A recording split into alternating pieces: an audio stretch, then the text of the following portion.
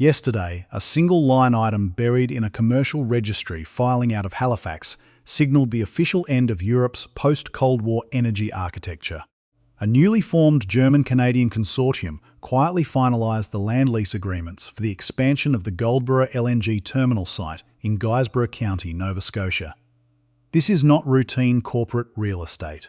This is the first concrete corporate structure erected to absorb the shockwaves of the March 2nd drone strikes on Qatar's Ras Laffan complex, an attack that permanently crippled 20% of the global seaborne gas market. What landed on my desk this morning is the clear, indisputable proof that the strategic realignment of global energy is moving away from the Persian Gulf and directly toward Atlantic Canada. The continent of Europe is running out of time, and Ottawa and Berlin are rewriting the rules of transatlantic trade in real time to understand why this lease agreement matters today. We have to look at the sheer vulnerability of the system that preceded it. For the last 4 years, European industrial survival hung on a delicate thread spun between American shale fields and Qatari liquefaction plants. The official narrative from Brussels was that Europe had successfully diversified away from Russian pipeline dominance after 2022 by building floating regasification units in Wilhelmshaven and expanding terminals like Dunkirk. But that was only half the story. The uncomfortable truth that European finance ministers ignored was concentration risk. Europe simply traded a dependency on Siberian pipelines for a dependency on a 21-mile-wide maritime choke point, the Strait of Hormuz. When those Iranian drones punctured the infrastructure at Ras Laffan at 4:47 a.m. on March 2nd, that entire illusion of security evaporated. Here is the timeline to keep things clear, because the sequencing of events reveals a disciplined, desperate scramble for survival rather than a measured policy shift. On March 2nd, the strikes occurred, instantly knocking out 81 million metric tons of annual Qatari LNG export capacity.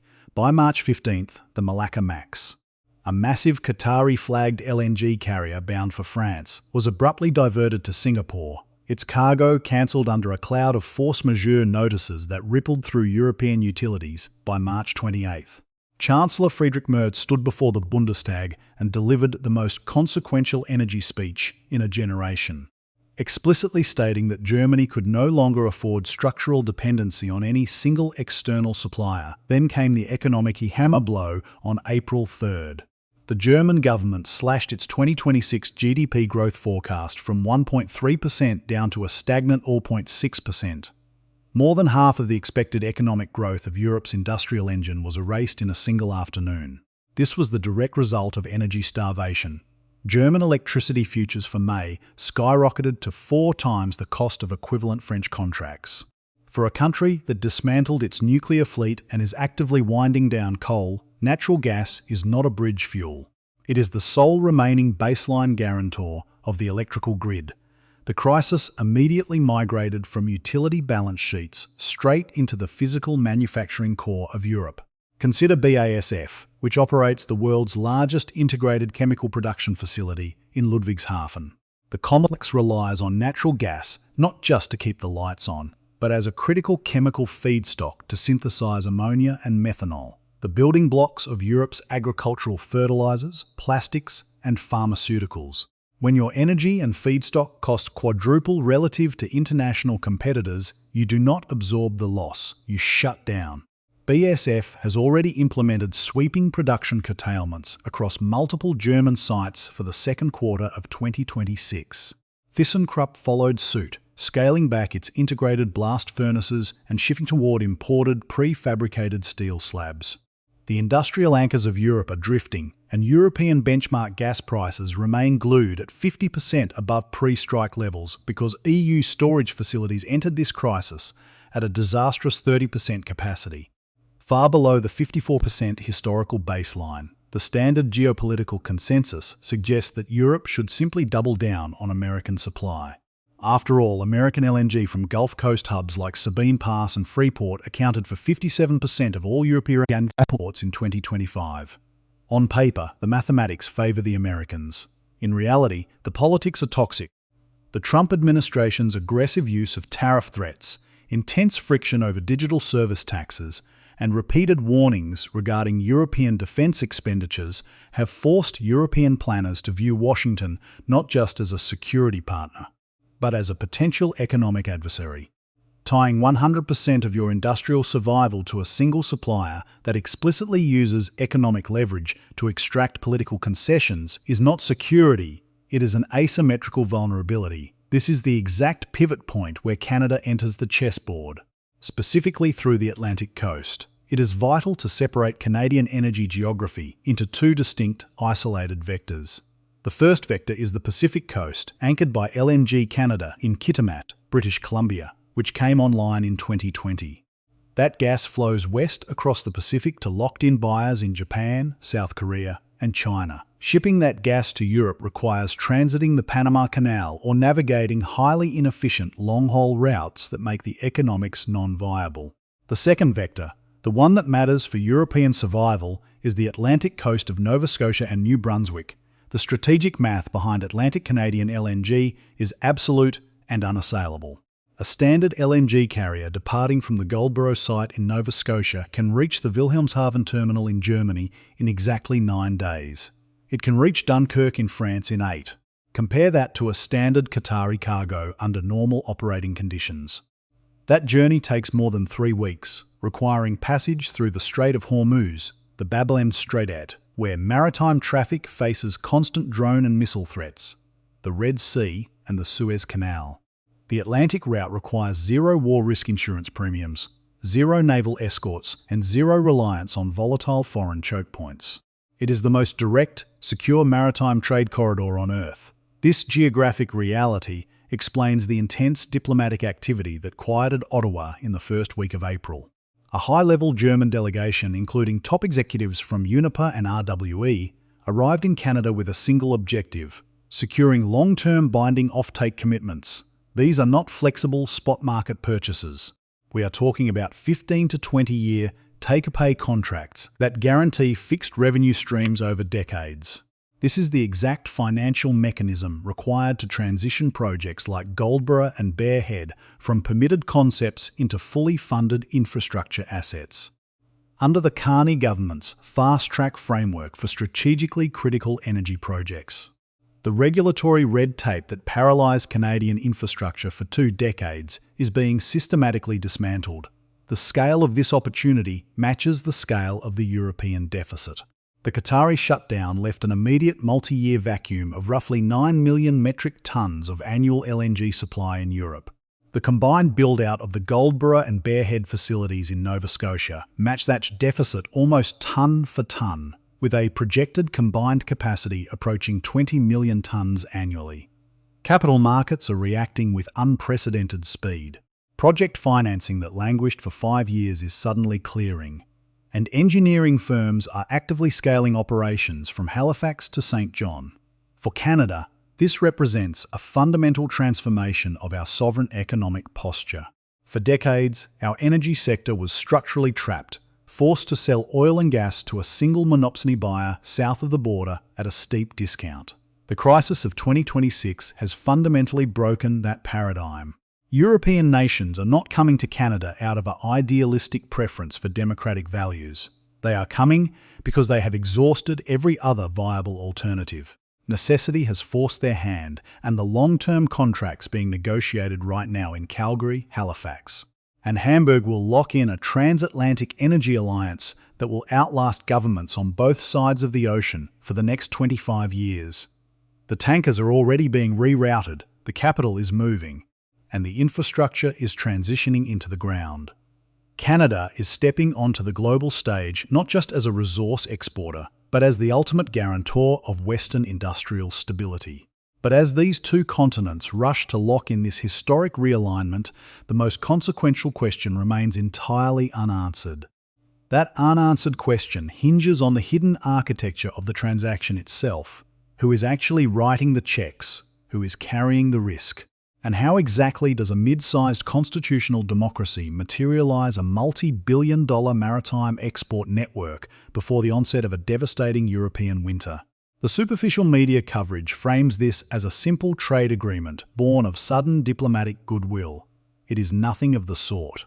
The transaction taking shape behind closed doors in mid-2026 is a highly complex, defensive financial fortress designed to bypass both the volatility of the Persian Gulf and the economic unpredictability of Washington. To understand how power is shifting, we must unpack the granular, structural mechanics of the deal architecture currently being hammered out across three distinct operational layers. First, consider the structural re-engineering of the offtake contracts, which completely departs from the traditional global LNG market framework. Historically, LNG contracts have been indexed to Brent crude oil prices, a mechanism that exposed utilities to the chaotic price swings of global oil cartels. The 2026 Atlantic Accord entirely abandons this legacy model. Instead, German buyers like Uniper and RWE, alongside French industrial consortia backed by Total Energies, are committing to a dual-indexed pricing formula. This new framework ties 40% of the contract volume to the Canadian AECO Natural Gas Hub benchmark and 60% to the European Tidal Transfer Facility Index, minus a fixed liquefaction and maritime transport credit. This specific pricing formula represents a massive strategic victory for Canadian sovereignty. By grounding nearly half the contract value in local AECO pricing, Canadian producers in the Western Canadian Sedimentary Basin secure a predictable, high-margin revenue floor that is completely insulated from international speculation. The Europeans, in exchange, receive a guaranteed ceiling price that protects their domestic grids from catastrophic spikes if the situation in the Middle East deteriorates further. These are not flexible commitments. They are legally binding, 20-year take-or-pay obligations.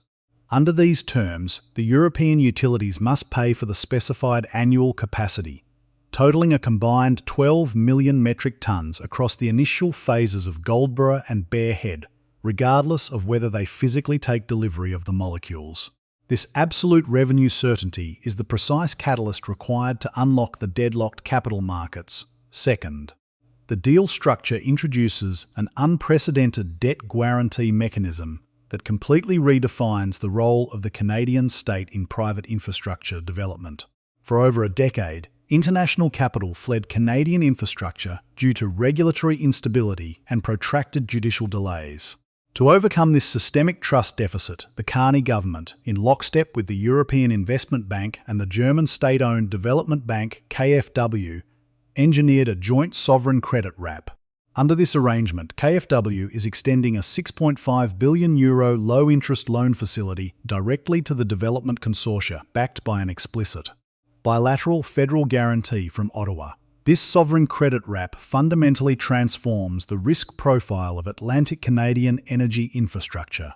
If a future regulatory shift or judicial challenge halts construction on the Nova Scotia coastline, the sovereign guarantees insulate institutional lenders from capital destruction.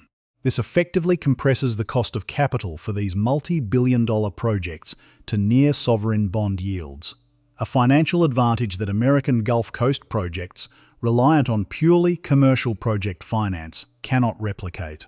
Furthermore, the financial structure includes an innovative equity participation tranche for local Mi'kmaq First Nations. Rather than offering superficial consultation or nominal cash settlements, the architecture embeds a 10% equity stake directly into the asset holding companies, financed via long-term loans repaid through future tolling revenues. This structural integration mitigates domestic litigation risk, turning local communities into long-term co-owners of the Transatlantic supply corridor. Third, we must look at the physical and regulatory sequencing required to move these molecules from western fields to eastern tidewater. The single biggest bottleneck to this entire strategic realignment is not the construction of the liquefaction trains on the coast, it is the internal midstream architecture of Canada itself. The natural gas is located in Alberta and British Columbia, thousands of kilometres away from the deep-water ports of Nova Scotia and New Brunswick. To solve this continental logistical challenge, the deal architecture relies on the rapid, phased conversion of the existing TC Energy Canadian mainline pipeline network. The engineering deployment follows a strict, non-negotiable sequence. In Phase 1, which is already underway, engineers are executing compressor station overhauls and software optimizations to maximize throughput along the existing eastward pipeline route through Ontario and Quebec. Phase 2 involves the reversal and expansion of the structural links connecting the main line to the Maritimes Northeast Pipeline, an asset that historically flowed gas from Atlantic Canada into the United States. That flow is being permanently turned around by utilising existing rights-of-way. The consortium bypasses 90% of the environmental permitting hurdles that typically derail greenfield pipeline projects. This midstream re-engineering is backed by the federal government's invocation of Section 9210C of the Constitution Act, declaring the Eastward Pipeline expansion a work for the general advantage of Canada. This extraordinary constitutional mechanism effectively strips provincial regulatory bodies of the power to delay the project, centralising all environmental and operational approvals under a singular, fast-tracked federal review panel. This is the inner mechanics of the state capacity doctrine being deployed in real time, using the raw power of executive government to achieve industrial velocity that was previously thought impossible in a modern democracy. The strategic implications of this three-part architecture radiate far beyond corporate boardrooms. By establishing a direct financial and physical pipeline between the Western Canadian Sedimentary Basin and the industrial heart of Europe, Canada is systematically dismantling the American monopsony over our resource economy. For the past half-century, the United States maintained an effective veto over Canadian energy strategy, absorbing our exports at a structural discount because we lacked alternative global pathways. The 2026 Atlantic Accord breaks that dependency completely.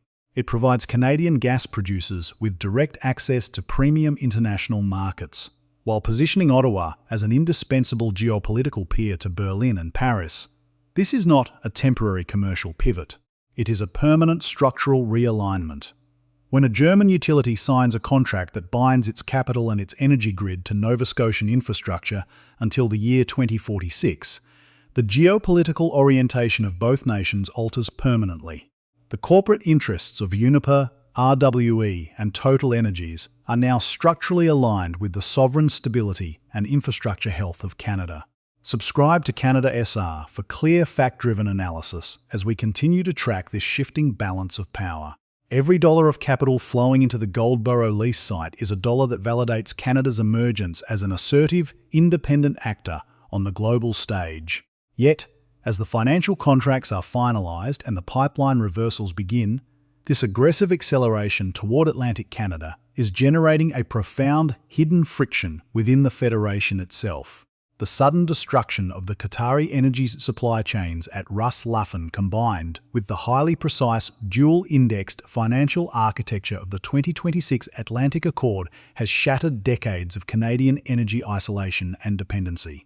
By underwriting Europe's industrial survival through direct, fast-tracked maritime pathways out of Nova Scotia and New Brunswick, Ottawa has quietly engineered a structural shift that fundamentally rewrites our continental and global power posture. When you zoom out from the immediate corporate filings and pipeline reversals, the grand strategic picture reveals an entirely new era for Canada-US relations. For over 50 years, the undisputed foundation of Canadian energy policy was total, subservient integration into the American market, a reality that forced Western Canadian producers to accept structural price discounts while granting Washington an effective monopoly over our resource wealth. The events of early 2026 have permanently fractured that paradigm. In the pre-Trump era, Canadian diversification was treated as a theoretical policy preference, a slow-moving, idealistic ambition routinely stifled by regulatory inertia and American corporate lobbying. Today, under the dual pressures of a hostile, tariff-driven White House and a desperate, energy-starved Europe, diversification has transformed into a hard-nosed, national security imperative. By constructing a sovereign energy corridor that directly links the Western Canadian Sedimentary Basin to the European mainland, Canada is executing its most significant geopolitical decoupling from the United States since the signing of the North American Free Trade Agreement. This is not an act of open hostility toward Washington. It is a calculated, defensive maneuver designed to insulate the Canadian economy from the unpredictable transactionalism of the current American administration. When the White House weaponizes access to its domestic markets and threatens the European Union with sweeping trade penalties, Canada stands as the stable, rule-of-law alternative. European capitals are explicitly choosing Canadian infrastructure because they can no longer risk total reliance on an American energy superpower that uses its resource dominance as a political cudgel. This shift permanently alters the trilateral dynamic between Ottawa, Washington, and Brussels, establishing Canada as a vital independent counterweight in the Atlantic Alliance beyond our continental borders. This structural realignment is sending shockwaves through the global architecture of defence and trade alliances. For decades, Western democracies functioned under the comfortable illusion that globalized supply chains and maritime choke points could be maintained through diplomatic consensus and abstract deterrence. The disabling of Ras Laffan proved that the modern world economy is acutely vulnerable to asymmetric warfare, and that the global commons are becoming actively contested zones. By establishing a direct, unchokeable maritime route across the North Atlantic, a corridor completely removed from the volatile realities of the Strait of Hormuz, the Bab el-Mandeb, and the Suez Canal, Canada and Europe are creating a secure, democratic supply fortress. This new energy alliance will inevitably drive a massive integration of transatlantic security architectures. The protection of these vital maritime corridors cannot be left to chance. We are already seeing the early signals of a coordinated, multinational commitment to northern maritime defence, with increased naval cooperation, enhanced anti-submarine warfare capabilities, and joint infrastructure protection protocols stretching from the Canadian Maritimes to the North Sea. Canada's historical role as a secondary partner in Western security is being replaced by a position of critical structural indispensability. We are no longer just an ally requesting a seat at the table. We are the actor that keeps the industrial heart of Europe beating within the energy and trade sectors themselves. This pivot marks the definitive death of the transitional compromises that defined the early 2020s. The immediate necessity of baseline energy security has forced a ruthless prioritization of reliability over ideology. While the expansion of intermittent renewable capacity will continue across the European continent, the absolute requirement for unassailable, non-volatile baseload power has anchored natural gas as a permanent structural pillar of Western industry for the next quarter century. The 20-year binding commitments signed in April and May of 2026 ensure that the economic fates of Canadian gas fields and European manufacturing complexes are irreversibly intertwined until nearly the middle of the 21st century. This provides the Canadian resource sector with an unprecedented era of long-term capital certainty, driving massive investments in midstream infrastructure, carbon capture, integration, and advanced extraction technologies that will define our industrial landscape for a generation. As the financial ink dries on the Goldboro and Bear Head agreements, and as the physical reversal of the Canadian mainline accelerates eastward, the immediate crisis of 2026 is evolving into a permanent new global order. The old architecture, built on cheap Siberian pipelines and vulnerable Persian Gulf shipping lanes, is gone, and no amount of diplomatic maneuvering can resurrect it. Canada has stepped into the vacuum left by a fracturing world, driven not by a grand idealistic vision, but by the cold, unyielding mechanics of global necessity. Subscribe to Canada SR for clear, fact-driven analysis as we continue to monitor this historic transformation of our national sovereignty. The strategic pieces have been set, the contracts have been locked in, and the tankers are already moving.